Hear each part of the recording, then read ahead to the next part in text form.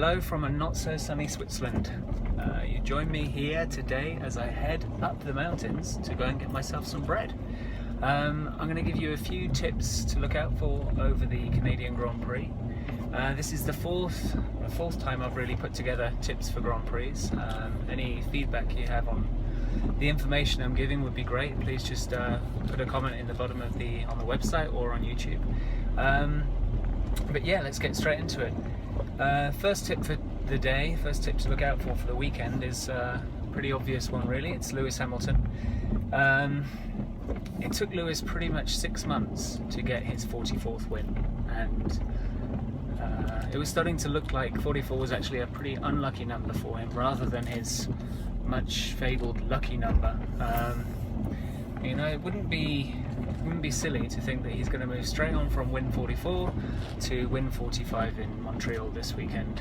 The circuit is a circuit that we all know is very close to his heart. It's the place where he got his first win back in 2007, and he always seems to be able to pull out that little bit extra of performance on a race weekend. So, you know, sensible money wouldn't really see far past Lewis.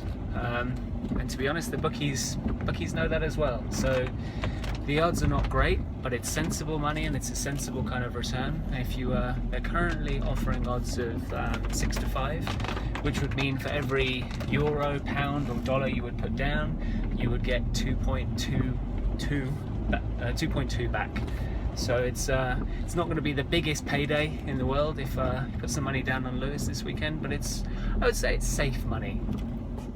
Of course, the other thing to think about with Lewis, having finally sealed his 44th win, is that, you know, his form suggests that, you know, actual results suggest that he's not doing that great in the WS7, but on the days where the car is reliable, he's actually turning in the results. So, you know, it wouldn't be strange, wouldn't be crazy to look towards Lewis to do the treble this weekend. So fastest lap, pole position, and the win itself.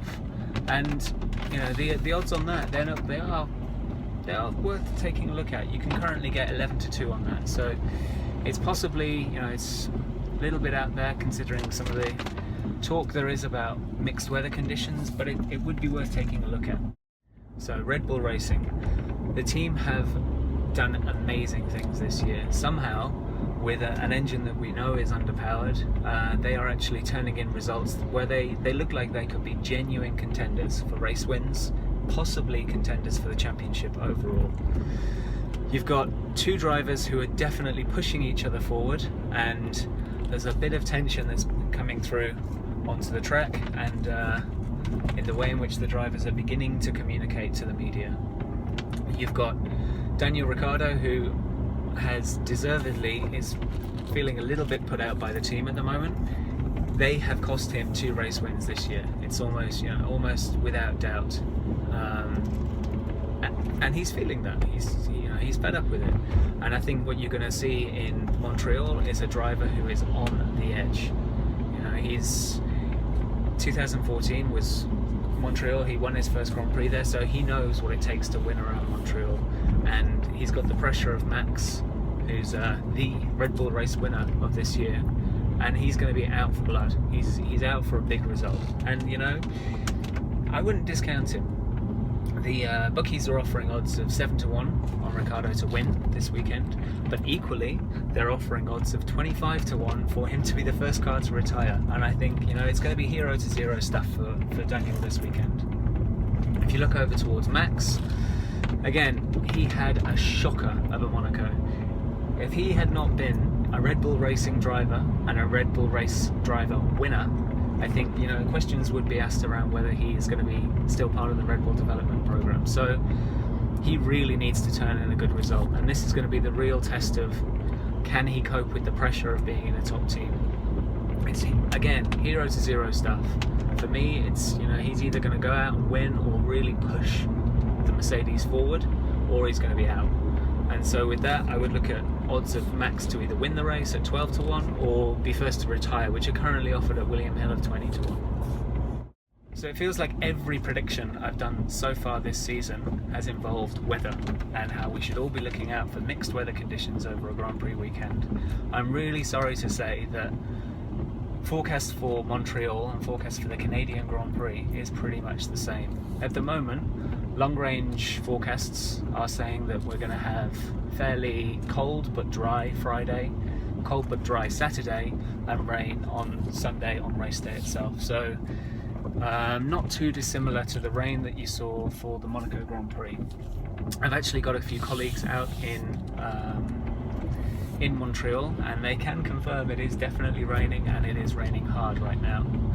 And so really, if rain is going to be on the agenda again for a race day, my same kind of predictions that I made for Monaco, and the kind of watch outs that I made for Monaco of take a look at the drivers in the midfield teams, the experienced drivers in the midfield teams. And again, everything points to Force India when you talk about this. And so again, I would definitely look at Nico Hülkenberg and Perez. If it still looks like it's going to rain on Sunday, maybe take a look at putting some money on those guys to hit the podium. And typically bookies don't offer, well, it seems like bookies are not offering podium finishes for this weekend, but what they are offering is odds on race win.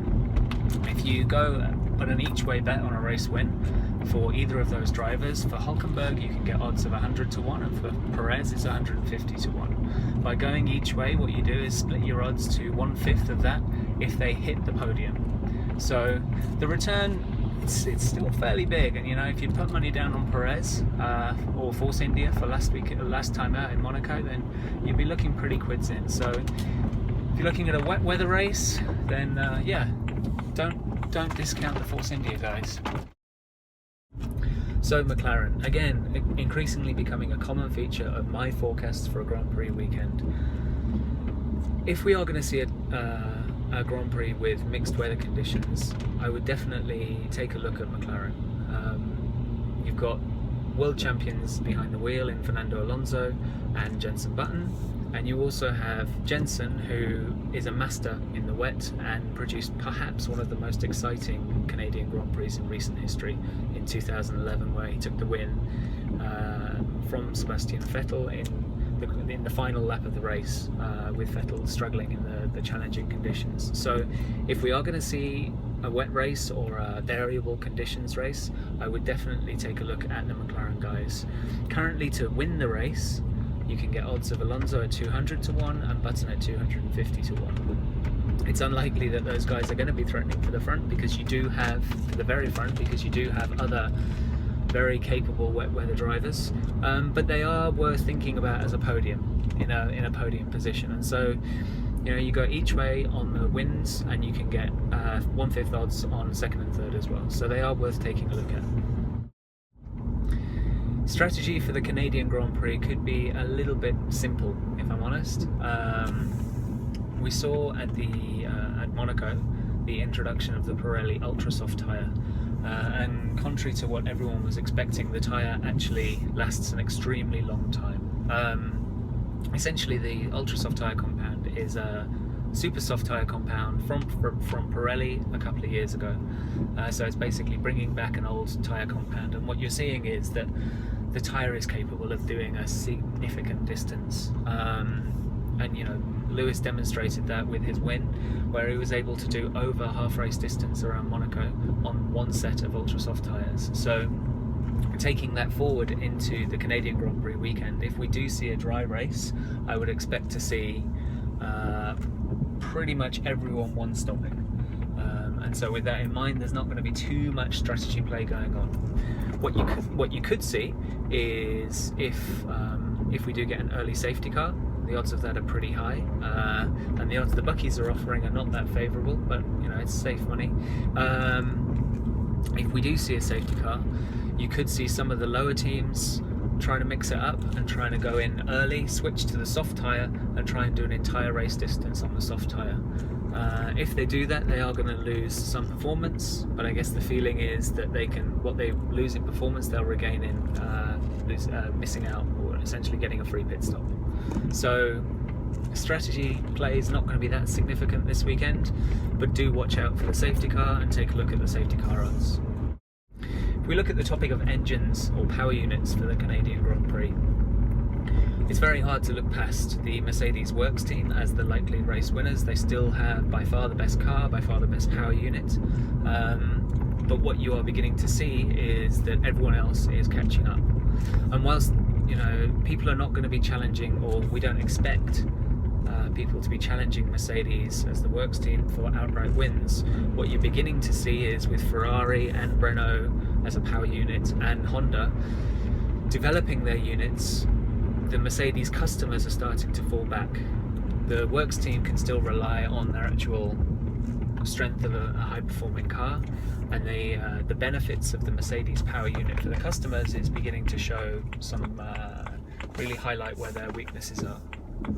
So what I would expect to see for Canada, and expect to see increasingly, is that Mercedes customers are going to start falling back, and by this I do mean Williams, Force India and Manor, although Manor can't fall much further back, and the Ferrari, the Red Bull with the Tag Heuer badged Renault engine, and McLaren are beginning to move forward as their power unit catches up with the Mercedes.